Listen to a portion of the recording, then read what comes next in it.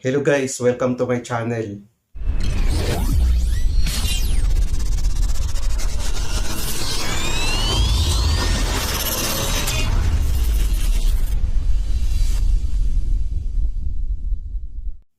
Ang isi-share ko sa inyo ngayon na diagram, yung tinatawag na two water pump motor using one float switch alternate operation.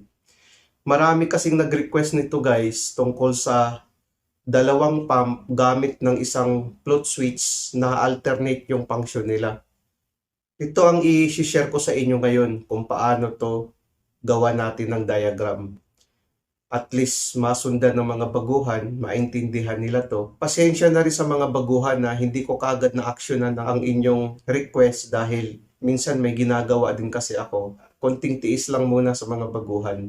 Ibibigay ko rin ang request ninyo. Ngayon guys, hindi na tayo magtatagal. Umpisahan na natin ngayon ang drawing sa ating schematic diagram sa dalawang motor na ito.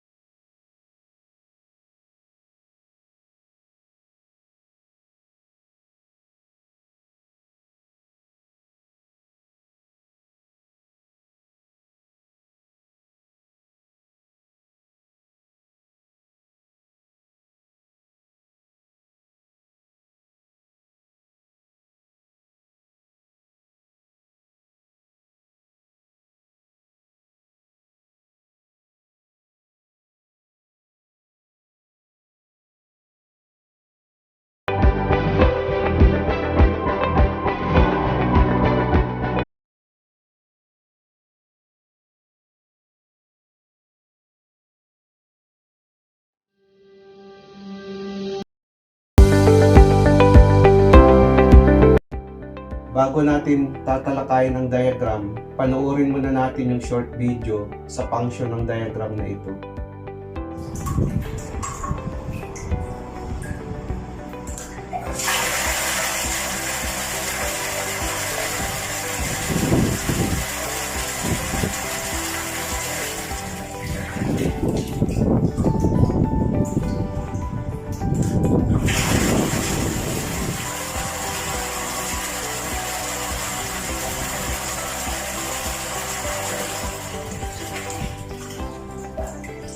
I-on natin yung breaker.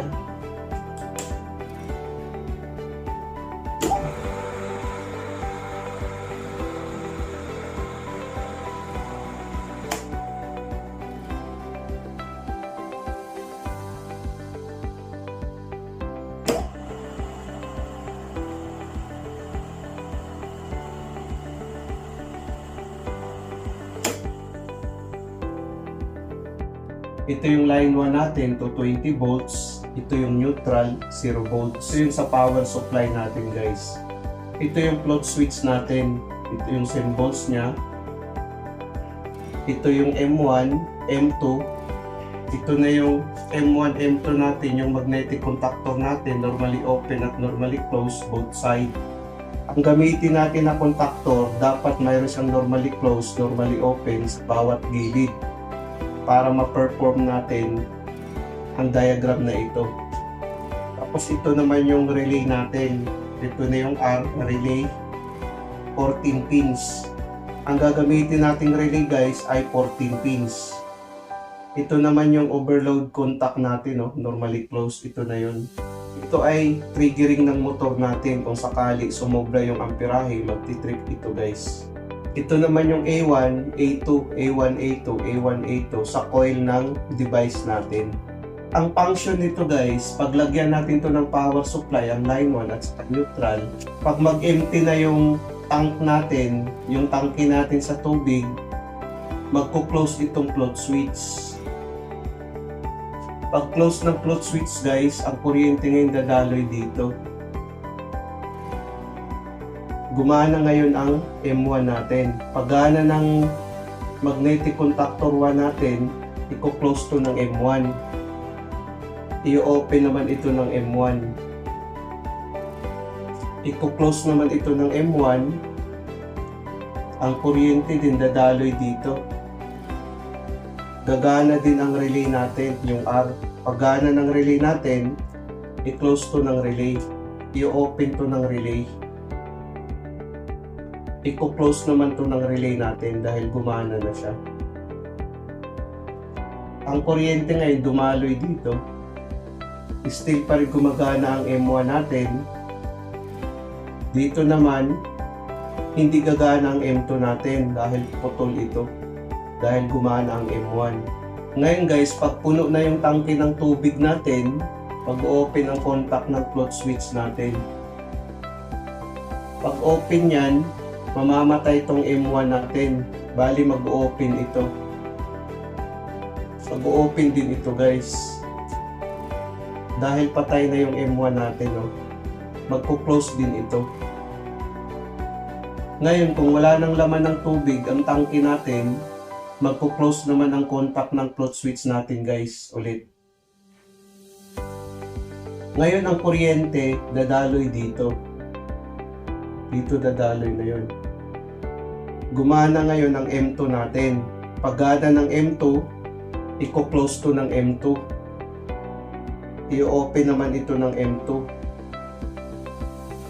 I-open naman ito ng M2 natin. Pagpatay ng relay natin guys, mag-open ito. Ito naman mag-open ito ulit. Magpo-close naman ito guys. Bali ang kuryente dadaloy dito. Hindi gagana ang M1 natin dahil putol ito. Dahil gumana ang M2 natin. Kung makikita natin guys, gumana ang M2 natin. No? Ngayon, pag puno ng tubig ng tangke, mag-open naman ang contact ng float switch natin. Pag open ng contact ng float switch natin, dahil putol na yung kuryente, mamamatay itong M2 natin. Pagpatay ng M2 natin, i-open to ng M2, i-close naman to ng M2. I-close din ito ng M2. Ngayon guys, kung mag-trip naman ng overload 1 natin, halimbawa gumana na yung M1 natin, nag-close contact ito, ang kuryente ngayon dadaloy dito, no? Pag trip ng overload 1 natin guys, mag-open contact ito.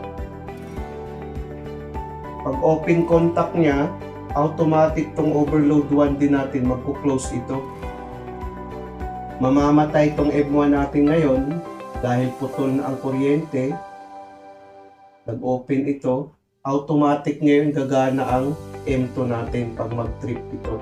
Ngayon pag i-reset natin to guys, magko-close ito ulit. Mag-open naman ito. So bali ang gumana naman ang M1. Halimbawa kung mag-trip naman ng M2, mag-open ito guys. Itong overload natin na normally close. Magko-close naman itong overload 2 natin. Pagpatay ng M2 natin, automatic ngayon gagana ang M1 natin dahil ang kuryente dadaloy dito. Ang purpose nitong overload natin guys, pag mag-trip ang isang motor, automatic gagana ang isang motor. Pag mag-trip naman itong M2 natin, automatic gagana ang M1. Yun ang purpose ng overload natin. Pag i-reset naman natin to, magko-close ito, mag-open naman ito.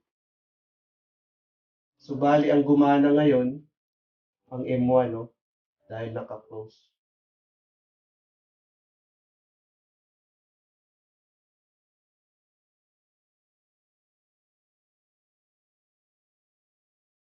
Yun ang diagram natin guys sa dalawang pump motor na gamit ang isang float switch. Sana guys nakatulong ito sa mga baguhan. Sa susunod kong video guys, abangan nyo guys, tatlong motor naman sa isang float switch naman natin. Ang function niya, individual function pa rin sila, alternate operation pa rin. Pero tatlong motor ang gagamitin natin. Pagpatay ng isang motor, automatic yung isa gagana. Pagpatay ng isa, automatic naman yung isa naman gagana. Abangan nyo ang video na yun guys. Sa mga hindi pa nakapag-subscribe sa akin channel, maaari po kayong mag-subscribe. Paki-press ang notification bell para updated kayo sa susunod kong mga video. Maraming salamat sa inyo guys. Hanggang sa muli.